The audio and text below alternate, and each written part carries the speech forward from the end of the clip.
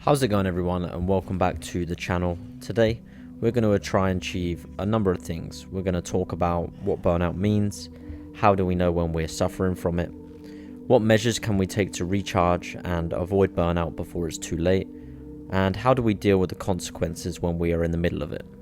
Now, burnout is no joke, and it can often just creep up on us without us even having time to acknowledge that we're suffering from it. I kind of think of it as just a feeling of being completely fried, and from the times I've experienced it, I noticed that I was depleted, had really low concentration, wanted to avoid socializing, I had reduced performance, missed deadlines, and overall just felt much less engaged. Now, back 10 years ago, I didn't even know that burnout was a thing, and I probably just kept trying to stumble through life, which is why I hope this video can be there to help some of you so you don't have to go through the same. So let's jump right in. Now, for this video, we're going to talk more about work life and work culture, but for those that are studying or doing something else, many of the things overlap with one another. A lot of things can lead to burnout, and when I think back to some of the earlier jobs I worked, there was a high workload and unrealistic expectations. Does that ring a bell to you? I mean, I remember working a few jobs where my to-do list just never seemed to end, and this kind of feeling over a prolonged period of time will eventually lead to being burnt out. I think that when we're younger and newer, we kind of just have this acceptance of whatever's put in front of us, and we just try to crack on with as much as possible. Don't be afraid to sit down with your manager and ask them for realistic expectations. So, another thing that can lead us to burnout is a perceived lack of control in the things we do at work. We all want to put forward our ideas and have a say on things that we're doing. And one thing that I couldn't stand in some of the earlier jobs I worked was having really little say over what I did. Managers would come and push work on people and end up just micromanaging them. For me, the feeling of being micromanaged was one of the things that led to me being burnt out. You know, I find it super stressful when you have someone like breathing down your neck the whole day and just judging everything you do and wanting things done the way that they would do it. And all this led me to the feeling that even the smallest of tasks were just a massive burden, and we kind of get assigned projects and things that we can't stand, but yet we're forced to do it. Another great way of causing people to burn out is that in the workplace, we all want to be valued and we all like to know where we stand. And I'm not talking about those stupid pizza parties that corporate companies throw after work office hours. I mean a real connection where someone is able to communicate with you that you're doing a great job. Often at times, we kind of just left to feel like we're wheels in the cog, and a lot of our hard work just goes unnoticed. Over time, this takes its toll, right? And it leads to frustration and disconnection with our work. Now, I know a lot of you guys watch these videos from all over the world, and I can only talk from my experience in the UK. But when talking to family and friends back home, you know, wages are stagnant and they don't keep up with the cost of living. Promotions are hard to come by. And all of these pushed together are a real good way to have demotivated employees.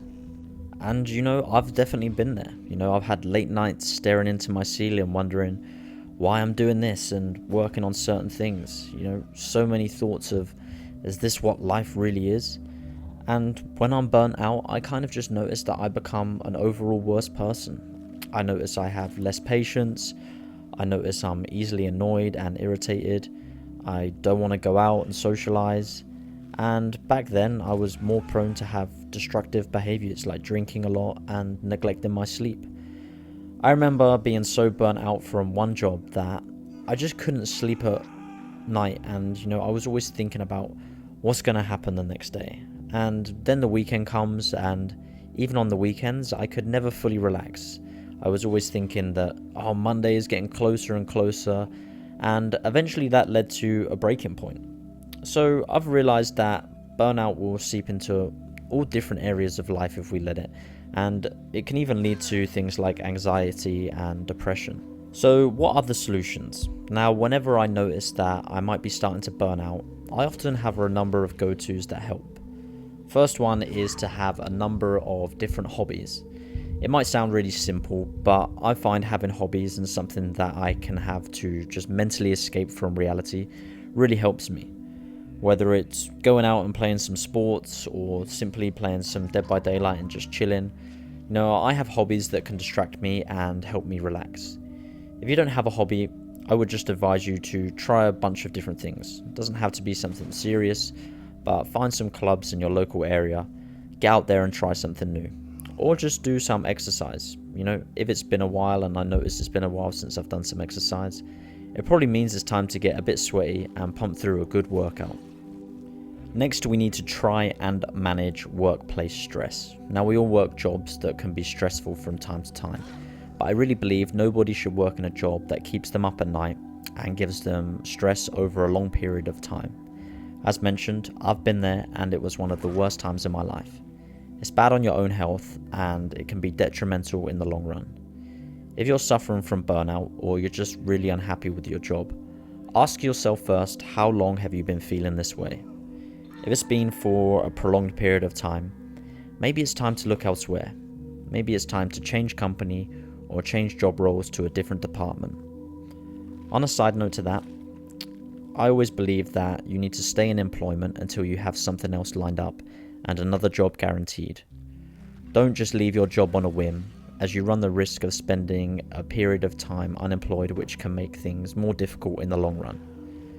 You can find a situation that gives you purpose, but it requires action on your part. Surround yourself with people who genuinely care about you. I found that having people I trust who are really good listeners and can make me feel better are invaluable in life. When I feel burnt out, I like to go out with people who can make me laugh. It goes a long way to taking some stress off my plate. Go out and enjoy yourself and try not to dwell on the bad thoughts.